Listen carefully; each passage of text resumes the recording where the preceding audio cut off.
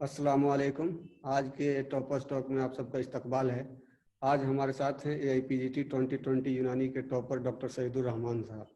All India rank 1 first ranker हैं हमारे साथ। तो आज हम इनसे इनकी स्ट्रेटजी प्लान के बारे में जानेंगे कि इन्होंने अब तक का ये जो सफ़र पूरा किया है तो कैसे ये प्रिपरेशन किए, इनकी प्लानिंग, स्टडी प्लानिंग क्या रही। तो आइए हम आज आप लोगों को मिलवाते हैं डॉक्टर सईदुर रहमान साहब से। तो डॉक्टर सईदुर रहमान साहब, आपका इस टॉपर स्टॉक में इस्तकबाल है। बहुत शुक्रिया वैस भाई। सबको पहले मेरा जो है सलाम अर्ज़ हो, अस्सलाम वालेकुम रहमतुल्लाहि बरकातुहू। जी वालेकुम सलाम। और तमाम ऑडियंस का जो है मैं अपने उसमें इस्तकबाल करता हूँ। जी फरमाएं। सबसे पहले तो मैं आपको मुबारकबाद देना चाहूँगा कि आपने ये बहुत बड़ी कामयाबी हासिल की। ये ऑल इंडिया लेवल पे ये जो एग्ज़ाम है इसमें आपने टॉप किया और AMU का आपने तने तनहा झंडा बुलंद किया और बरसात को बरकरार रखा। तो इसके लिए बहुत बहुत बहुत बहुत शुक्रिया, बहुत बहुत शुक्रिया। ये बताइए कि क्या आप एक्सपेक्ट किए थे कि आप इस एग्ज़ाम में टॉप कर जाएंगे? देखिए ये तो बड़ा वैसा सवाल है बहुत बड़ा मुश्किल सवाल है और बड़ा आसान भी। लेकिन ये है कि इंसान अगर ठान ले तो कुछ भी कर सकता है। यानी आपने ठान कुछ लिया भी था? इंसान के बस से बाहर नहीं है। अगर इंशाल्लाह वो ठान ले तो जी कुछ भी हो सकता है। लेकिन ये है कि अल्लाह की नुसरत और मदद बहुत ज़रूरी है इसके लिए। और इंसान को हमेशा जो है इन सब चीज़ों को कवर करने के लिए, इसको जो है ओवरकम करने के लिए अल्लाह से मदद मांगते रहनी चाहिए। बहुत ज़रूरी है अल्लाह की नुसरत और मदद। जी तो मैं पहले आपका तारुफ कराना चाहूँगा लोगों से। आप अपना इंट्रोडक्शन कीजिए कि आपकी इब्तदाई तालीम कहाँ से हुई, आपने BMS किया, कब एडमिशन लिया, और ये सारी चीज़ें बताइए। आप रहने वाले कहाँ के हैं?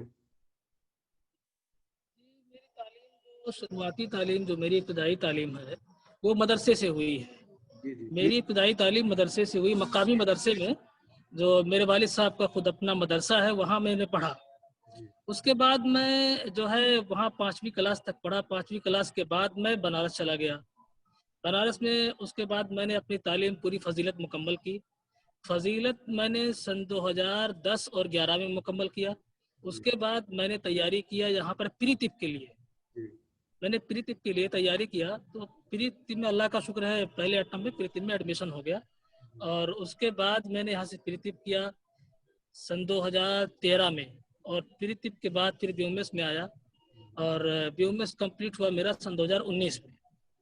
उसके आप बाद इंटर्नशिप अभी जो है 24 जुलाई को कंप्लीट हुई है।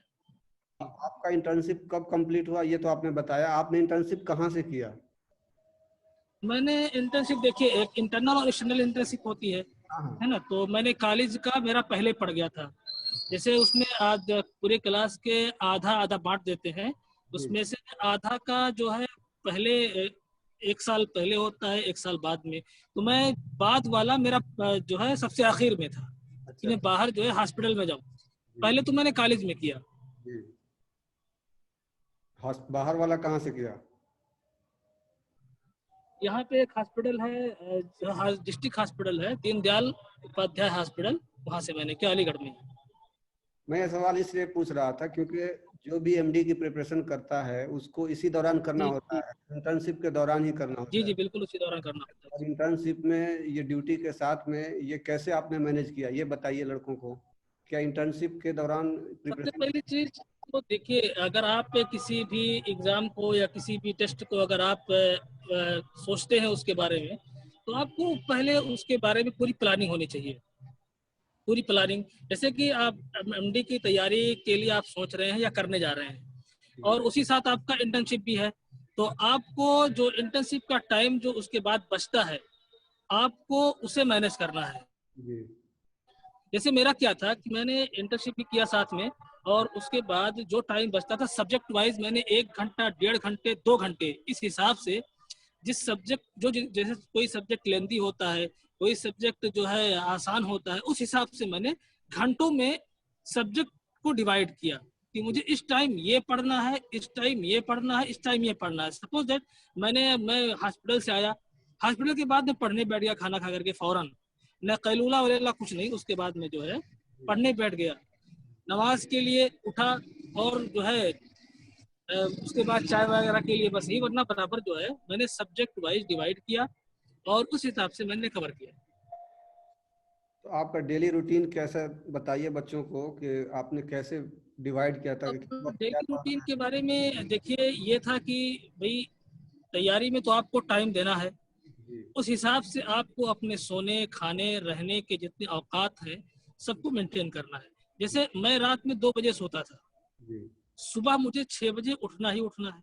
जी ये मतलब 1 साल तक मेरा रूटीन रहा कि रात में 2 बजे सोना, सुबह 6 बजे उठना, बकिया टाइम पढ़ाई में लगाना।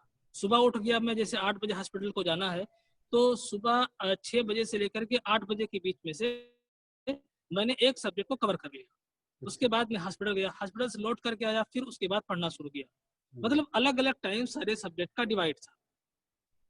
ये नहीं कि एक सब्जेक्ट एक जो है एक हफ्ते पढ़ के उसको रख दिए, उसके बाद उसको रख दिए, ऐसे नहीं। मतलब रोज टाइम हर एक सब्जेक्ट का अलग अलग था, तो रोज उसको लेके चलता रहा। यानी डेली हर सब्जेक्ट को डेली पढ़ते थे कुछ ना कुछ। जी जी, मैं हर सब्जेक्ट को डेली पढ़ता था, और इसका फायदा भी है, देखिए आप जब हर सब्जेक्ट से कनेक्ट रहते हैं, जी इसमें कनेक्शन बहुत जरूरी है। मतलब एक जैसे उसूल तिब को पढ़ लिया हमने एक हफ्ते में, उसको हमने रख दिया। अब दूसरा सब्जेक्ट जब शुरू किया, तो पहले वाला सब्जेक्ट कोई कुछ भी हो तो उतना जो है दिमाग में नहीं रहता। आप जब रोज हर सब्जेक्ट से कनेक्ट रहेंगे, तो एक जो है इत्तेसाल आपका बरकरार रहेगा उससे, और अवेयरनेस भी रहेगी कि हाँ फला चीज मैंने आज ये पढ़ा है, ये पढ़ा है, उस सब्जेक्ट में ये है, आप जो है दिमाग में आपके रहेगा। तो डेली जी कितने घंटे पढ़ाई करते थे आप डेली?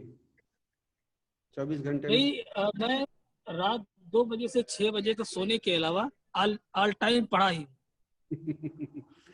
मैं इसको मतलब बढ़ा के नहीं कह रहा हूँ, सब लोग जानते हैं अलीगढ़ में, बल्कि आपके जी बैचमेट जो है हमारे निहाल भाई पीछे आपके खड़े, वो भी जानते हैं जी जी जिस जी। किस तरह से मतलब कवर हुआ है। जी हाँ, इन्होंने बताया था कि आप चाय पीते हुए भी आप चाय पीने जाते थे, तो जी उस जी। दौरान भी आप एमसीक्यू सोल्व करते रहते। तो मैं एमसीक्यूज पढ़ता रहा उस दौरान। जी अगर मैं चाय पीने गया तो एमसीक्यूज ही पढ़ता रहा, लेकिन कुछ न कुछ पढ़ता रहा उस वक्त। मतलब ये कोई बड़ाई की बात नहीं है, मतलब एक बताना मकसद ये है कि आपको टाइम कैसे मैनेज करना है। जैसे बहुत से लोग होते हैं एमसीक्यूज ही पे जो है 2-3 घंटे अपना पढ़ने का लगा देते हैं। आप एमसीक्यूज पे टाइम इतना वेस्ट मत कीजिए। आप चलते फिरते कहीं टहल रहे हैं, चाय पानी के लिए जा रहे हैं, आप एमसीक्यूज पढ़ लीजिए उस दौरान। जी और ये बताइए, ये जो टेस्ट सीरीज वगैरह चल रहे हैं, इसके बारे में आपका क्या ख्याल है? आपने कोई टेस्ट सीरीज दिया था? नहीं, मैं जो जैसे आपने एक टेस्ट सीरीज कराई थी आपने, तो उसमें भी मैं अटेंड हुआ, माशाल्लाह मेरा उसमें भी हुआ। मेरा और नहीं हसन था। साहब जितने सब्जेक्ट वाइज जितने टेस्ट कराते रहे हसन साहब, उसमें भी मैं शरीक होता रहा। कभी 9वीं रैंक आती, कभी 7वीं, कभी जो है 8वीं। मैं को 5 से ऊपर नहीं जा पाया था, जी जी जो है तो मैं 5वें रैंक से ऊपर नहीं जा पाया था। लेकिन ये रहता है कि टेस्ट सीरीज से एक आइडिया तो होता है, जी एक आइडिया इसका होता है। और सबसे बड़ी बात, टेस्ट सीरीज उसी वक्त फायदेमंद है जब आप खुद बगैर नकल के अपने दिमाग से लगाएं, है ना। मैंने देखा बहुत से लोग, ह्यूज एक गैदरिंग हो गई, वहां पे टेस्ट सीरीज चल रही है और लोग एक दूसरे नकल करके लगा रहे हैं। देखिए सबसे बड़ा कॉन्फिडेंस लो यही होता है, जी। इससे पहले वही कॉन्फिडेंस लो होता है आपका कि आपने जो है वहाँ। लेकिन आपको ये ध्यान में रखना चाहिए कि ये असल एग्जाम नहीं है, असल एग्जाम तो वहां जा करके हमको देना है।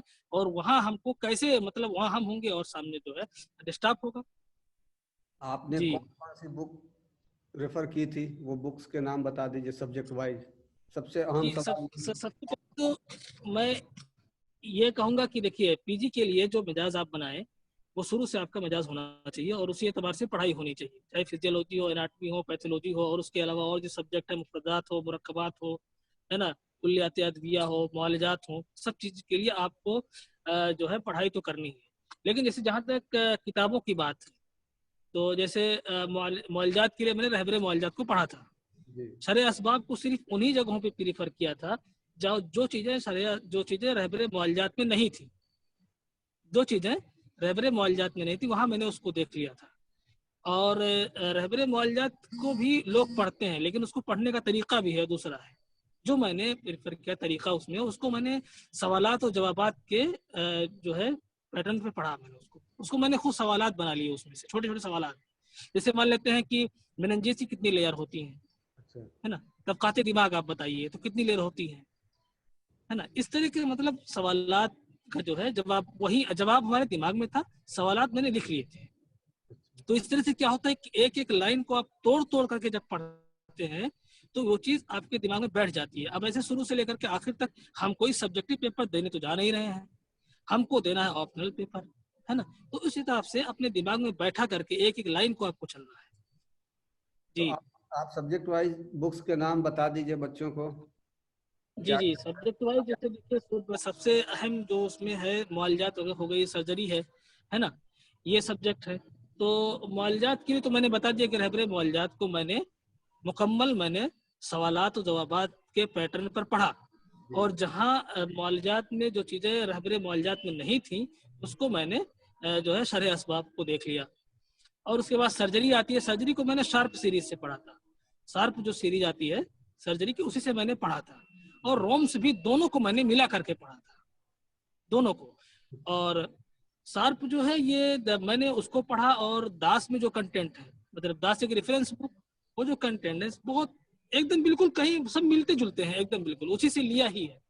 तो एक चीज, जब एक रेफरेंस बुक है आप उससे पढ़ेंगे तो आपको भी इत्मीनान रहेगा, और आप जो है आगे कंप्लेन करने में भी आपको आसानी होगी। इस एतबार से शार्प जो है बहुत अहम बुक है, तो उसको सब। मैंने सर्जरी के लिए प्रिफर किया अच्छा। जी। और बाकी सब्जेक्ट्स के लिए सब सब्जेक्ट वाइज बता दीजिए। जी उसके बाद है जैसे तिब्बे कानून है, तिब्बे कानून भी मैंने शार्प ही से पढ़ा। अच्छा। टॉक्सिकोलॉजी भी मैंने शार्प ही से पढ़ा, जितनी पूरा शुरू से लेकर के आखिर तक पूरा एकदम पढ़ गया, है ना उसको। और पीएसएम भी मैंने शार्प ही से पढ़ा।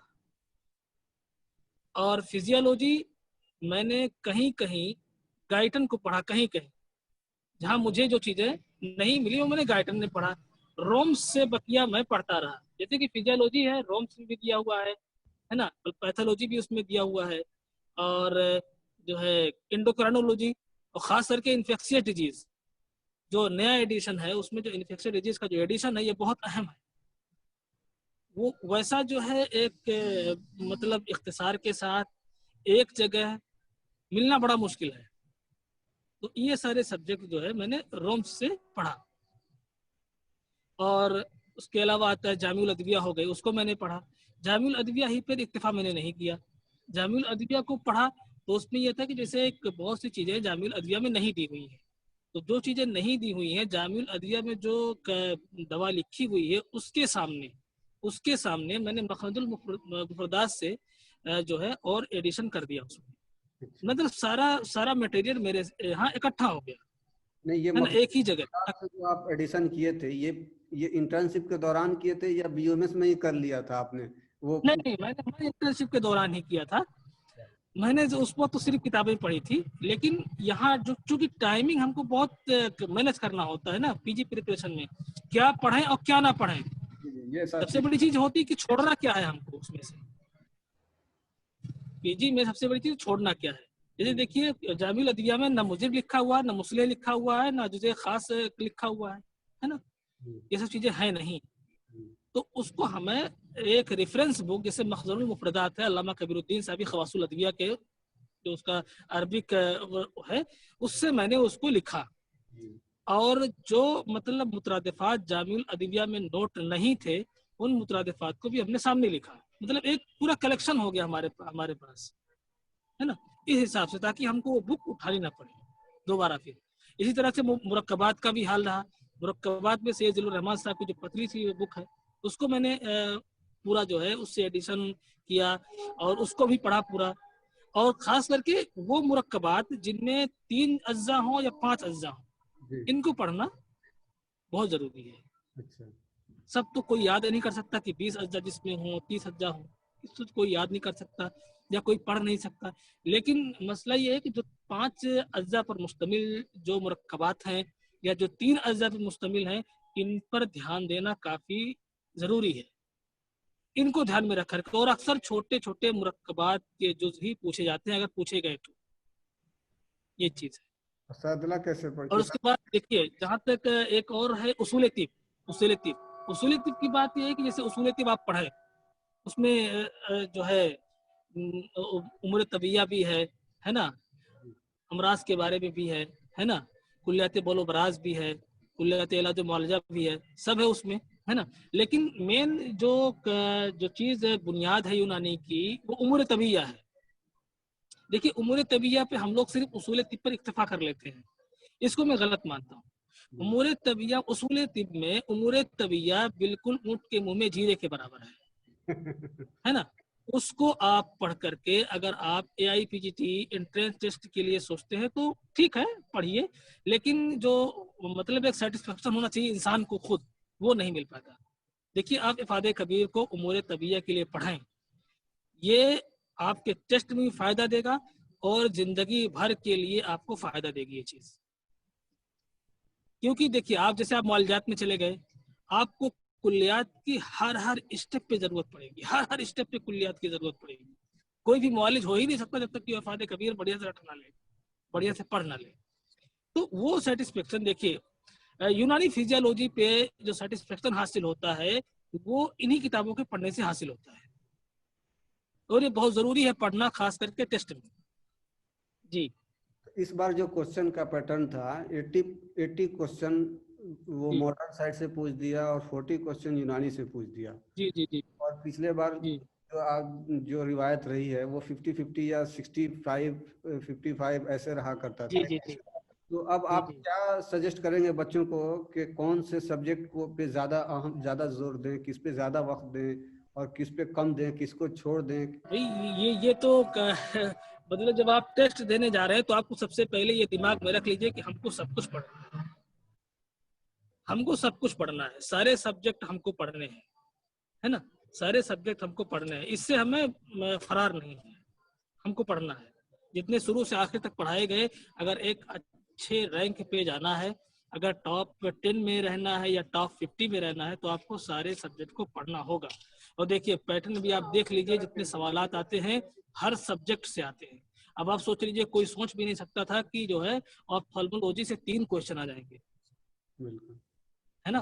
तो किसी भी सब्जेक्ट को हम छोड़ नहीं सकते। हाँ ये कर सकते हैं कि उस सब्जेक्ट की जो फंडामेंटल चीजें हैं, जैसे बुनियाद है ना, जैसे पीडियाट्रिक है, पीडियाट्रिक में आप न्यूनेटोलॉजी छोड़ ही नहीं सकते, आपको पढ़ना ही पढ़ना है। अब आई की एनाटॉमी आपको पढ़नी ही पढ़नी है, आप आई की एनाटॉमी छोड़ नहीं सकते, आपको पढ़ना ही पढ़ना है। ये फार्माकोलॉजी की जो बेस है ना, जो क्लासिफिकेशन है, आप उसको तो जरूर पढ़ेंगे, जो पढ़ाई जाती है। मतलब ये जो बेसिक चीजें, मेरा कहने का मतलब ये है कि बेसिक चीजें आप मत छोड़िए, ठीक डिटेल में मत जाइए, लेकिन बेसिक चीज आप मत छोड़िए। क्वेश्चन वहीं से आते हैं, आप देख लीजिए। अब मिजाज के बारे में आपसे सवाल कर लिया, है ना, जी। तो बेसिक चीजें बहुत जरूरी है, इस पर ध्यान देना है। जी तो ये बताइए, अगर अब आप सजेस्ट करना चाह रहे हैं तो उसको डेली का रूटीन बताइए कि उसको कितना घंटा किस पेपर को देना चाहिए, किस सब्जेक्ट को कितना घंटा देना चाहिए आपके हिसाब से। जैसे मौलजात को आप, जैसे मौलजात में आप अगर रहबरे मौलजात को प्रेफर कर रहे हैं पढ़ने के लिए, तो आप उसको रोज 2 घंटे दीजिए, जी। आप उसको रोज 2 घंटे दीजिए। उसके बाद जो है सर्जरी आती है, सर्जरी को आप भी 2 घंटे दीजिए। उसूल तिब को आप 1 घंटे दे दीजिए। जो मेरा रूटीन था वो मैं बता रहा हाँ, वही हूँ। बताइए। उसूल तिब को 1 घंटे दे दीजिए, मुफरदात और मुरक्कबात दोनों को मिलाकर के आप 2 घंटे दीजिए, दोनों को मिलाकर के आप 2 घंटे दीजिए। गायनी और ऑप्स हो गया, इसको आप 1 घंटे पढ़ें रोज। गायनी और जो है तिब्बे कानून है। जी गायनी ऑप्स का आपने नहीं बताया, किस बुक से पढ़ी थी आपने? जी जी जी जी गायनी ऑप्स तो मैंने पारस की आती है, इतनी पतली सी, पारस की लगभग 145 या 150 पेज की वो है। और ये बहुत अच्छी बुक है गायनी ऑप्स के लिए, और कहीं मत भागिए, न रोम से पढ़िए न कुछ। मैं जो पढ़ा वो पारस मैंने पढ़ा, मुझे सबसे अच्छी लगी। क्योंकि देखिए हिंदुस्तान में जिस जिस बुक को प्रिफर किया जाता है, दत्ता की जी ऑथेंटिक मानी जाती है, और सब लोग उसको मानते हैं, जी A जी। to Z हर कोई उसको मानता है। आप देखेंगे पारस को कि दत्ता में जो है हाईलाइट की हुई चीजें हैं, है ना, पारस में वही नोट है, पारस में वही नोट है। दत्ता की जो सब हेडिंग है, पारस में वही नोट है। दत्ता की जो मतलब यूनिट्स हैं, एकदम सेम टू सेम आप पाएंगे पारस में। तो देखिए जो चीज अब रेफरेंस जैसे हमको देना है तो भी हमको परेशानी नहीं होगी, जी और तैयारी में भी हमको परेशानी नहीं होगी। एक कंसाइज नोट हमारे सामने रखा हुआ है। तो पारस बहुत अहम है, और पारस ही जो है गायनी और ऑप्स के लिए प्रेफर करें, जो मैं समझ रहा हूँ। और एना फिजियो के लिए? एना फिजियो के लिए रोम्स ठीक है, मैंने बताया ना, फिजियो पैथोलॉजी इन सब के लिए रोम्स ठीक है। अच्छा, पैथोलॉजी के ताल्लुक से एक बात कहूंगा मैं, जो इस साल का जो पैटर्न था उस हिसाब से एक बात कहूंगा। रॉबिन्सन जो बुक है, रॉबिन्सन जो बुक है, वो जब कोई एक चैप्टर पे बहस करते हैं तो आखिर में एक कंसाइज जो है पूरी नोट देते हैं, अच्छा। है ना। आप उसको कभी मत छोड़िएगा। पैथोलॉजी के कम से कम 20 सवालात तो इस साल थे ही, जी जी जी। है ना। और रॉबिन्सन एक ऑथेंटिक बुक है और रेफरेंस के तौर पे मानी जाती है। तो ये अगर आप जो है आखिर में जो ब्रीफिंग देते हैं ना, इस ब्रीफिंग को अगर आप पढ़ लेंगे तो बहुत सी चीजें आप कवर कर ले जाएंगे। देखिए, अंदर कोई जाकर के सवाल नहीं बनाता है ना। बस वही आप ब्रीफिंग पढ़ लें, बहुत अहम है वो पढ़ने के लिए। और उसके अलावा रोम्स वगैरह देख लें। जी इलाज बिल तदबीर, सैदला और ये बेड साइड क्लिनिक, इन सब का जी जी जी। इलाज की तदबीर के लिए तो एक नई बुक आई हुई है, हमने उसको नहीं पढ़ा है, लेकिन हमारे टीचर्स जो पढ़ाए थे इलाज की तदबीर मैंने उतना ज़्यादा नहीं पढ़ा। उसूल तिब में थोड़ा बहुत लिखा हुआ है, मैंने उसको पढ़ा। और हमारे टीचर्स जो पढ़ाए थे वो नोट मेरे पास थी, उसी से मैंने पढ़ा था। जी। और मैंने कोई किताब इलाज की तदबीर के लिए नहीं पढ़ा। हाँ, सैदला के लिए जो है डॉक्टर रफीकुद्दीन साहब की जो इल्म सैदला वल कीमिया है, मैंने उससे पढ़ा था। जी। इलाज बिल तदबीर वाली किताब का नाम नहीं बताया, बता दीजिए नाम राइटर को। इलाज तदबीर वाली किताब का नाम इलाज की तदबीर है, और उसको डॉक्टर जावेद MD NIM के हैं, उन्होंने लिखा है। तो वो ये मेरे पास PDF में है, वो मेरे पास नहीं है। अच्छा। जी और कुछ आप जो बच्चे इस बार प्रिपरेशन करने जा रहे हैं तो उनके लिए कोई मंत्र आप जी जी बता? जी। जो लोग प्रिपरेशन करने जा रहे हैं, मैं उनसे यही कहूंगा कि देखिए, बगैर चूचरा के, बगैर किसी देरी के आप लोग लग जाइए, और हर सब्जेक्ट को हर रोज कवर कीजिए। बहुत अहम ये चीज है, हर सब्जेक्ट को हर रोज उसको टच कीजिए। हमें हर सब्जेक्ट हर रोज पढ़ना है, हमें अपना कनेक्शन बरकरार रखना है। आखिर में आपको ऐसा लगेगा जो है एग्जाम के 48 घंटे पहले कि आपके पास कुछ भी नहीं है, आपको ऐसा एहसास होगा। लेकिन जब अगर आप रोज टच में रहते हैं, उस सब्जेक्ट को रोज आप पढ़ते हैं, तो इंशाल्लाह बहुत मुफीद होगा, ये बहुत फायदेमंद है। ये नहीं कहना चाहूंगा, ये फायदा होगा। चलिए अब जी आपका ये फर्स्ट राउंड का रिजल्ट आया और आपको मौलजात आपने सिलेक्ट किया था। आप तो जो सिलेक्ट करते वो मिलता, आपको जो कॉलेज सिलेक्ट करते वो मिलता। तो आपने AMU को सिलेक्ट किया और मौलजात को सिलेक्ट किया, इसके लिए आपको मौलजात मिला, इसके लिए मैं आपको मुबारकबाद पेश करता हूँ। और मैं ये पूछना चाहता बहुत हूँ बहुत शुक्रिया। आपने ये क्यों सिलेक्ट किया, AMU क्यों सिलेक्ट किया, मौलजात क्यों सिलेक्ट किया, क्या वजह रही? देखिए, इसकी वजह ये है, सबसे बड़ी वजह मैं हमेशा इसी चीज पे रहा कि अल्लाह ताला जहां मुझे भेज देगा मैं वहीं रहूंगा। नहीं तो ये तो अल्लाह ने मेरे लिए किस्मत में फैसला लिख दिया था कि जो है आपको मौलजात ही में रहना है, मैं मौलजात हूँ, अल्लाह के फैसले पे राजी हूँ। और कहीं इसलिए नहीं गया कि मैं अपने दूसरे भाई का नुकसान नहीं कर सकता। अच्छा, ये तो नुकसान आप उस एक जो टॉप का सीट लेकर के बैठे हैं वो भी तो नुकसान ही है किसी का। सबसे देखिए, बड़ा नुकसान है। जो है हुक्म खुदाबंदी है, जी और नुकसान और फायदे की कोई बात नहीं है। डॉक्टर साहब, इसमें जो है देखिए, सबसे बड़ी चीज ये है, देखिए अल्लाह ताला नेमत से नवाजता है, बिल्कुल। आप उस नेमत की कदर कीजिए। मैनिपुलेशन का हक इंसान को नहीं है, मैं इतना कहना चाहता हूँ। आप ये कर दें, यहाँ नहीं यहाँ ले लें, है ना। मैं अपना समझता हूँ, मैं जाती तौर पे इस लायक नहीं कि मैनिपुलेशन में करूँ, है ना। अल्लाह ने जहाँ भेज दिया, मौलजात मेरे हक में बेहतर होगा, देखा जाएगा। मुझे तो ये भी एक्सेप्ट नहीं था कि मैं मेरा अली टॉप हो जाएगा। अल्लाह का शुक्र है, वो भी जहाँ तो अल्लाह ने रखा हुई है। जी बताएं। फ्यूचर प्लान आपका क्या है, इसके MD के बाद क्या करने का आपका प्लान है?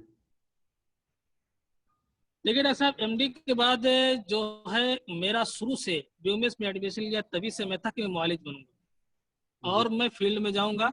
ना मुझे लेक्चरशिप से मतलब है, ना किसी से मतलब है। मैं फील्ड में जाऊंगा, क्योंकि फील्ड में यूनानी की सबसे बड़ी कमी जो इस वक्त महसूस होती है, हर कोई लेक्चरर ही बनना चाहता है।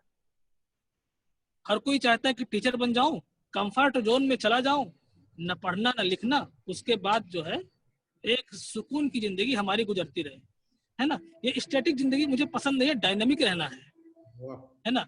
और देखिए, मतलब यूनानी को अगर फरोग भी देना है तो मतलब बहुत बड़ा जरिया है, हमारे पास टीचर बहुत जी जी है ना। फील्ड में यूनानी को लाने वाला कोई नहीं है इस वक्त। ये चीज मैं कहना चाहूंगा मेरे भाई, मेरी ये बात है, अपनी दिली बात मैं उसको बता रहा हूँ।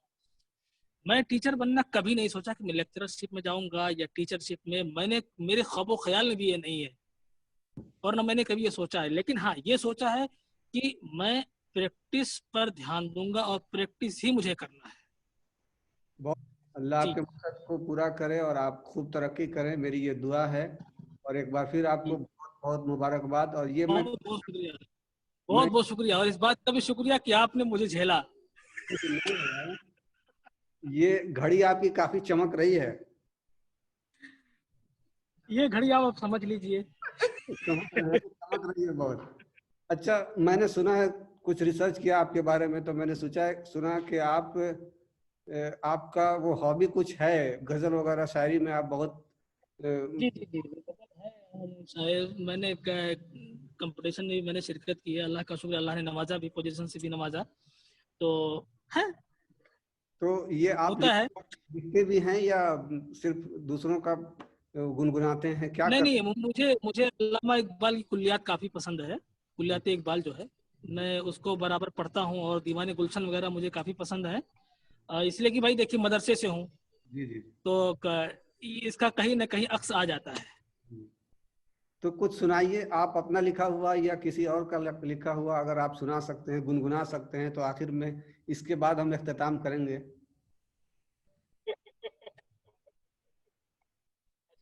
कुछ गुनगुना के सुना है। हाँ, आप जैसे भी तरन्नुम में पढ़ें या जैसे भी। अच्छा अच्छा, तो मैं इस ताल्लुक से अल्लामा इकबाल का एक शेर कहूँगा, हाँ, कि अल्लामा इकबाल का एक शेर है कि दारा व सिकंदर से, दारा व सिकंदर से वो मर्दे फ़कीर औला, दारा व सिकंदर से वो मर्दे फ़कीर औला, हो जिसकी फ़कीरी में बुए असदुल्लाही। वाह, तो इसका तशरीह भी कर दीजिए बच्चों को। दारा बहुत बड़ा किब्र गुरूर का में रहता था, जी सिकंदर पूरी दुनिया पे राज किया, जी हाँ, लेकिन अहले मोमिन नहीं था, ईमान उसके अंदर नहीं था। तो वही कहा है कि दारा व सिकंदर से वो मर्दे फ़कीर औला, फ़कीर, वो मर्दे फ़कीर औला, हो जिसकी फ़कीरी में बुए असदुल्लाही, वाह, यानी अल्लाह का शेर वो हो। जी जी जी, बहुत शुक्रिया, आपने वक्त दिया, और एक बार फिर बहुत बहुत मुबारकबाद। अल्लाह आपको और चमकाए, जहाँ जाएं आप यूनानी की खिदमत करें, यूनानी का काम अल्लाह। बहुत बहुत शुक्रिया उवैस भाई, बहुत बहुत शुक्रिया।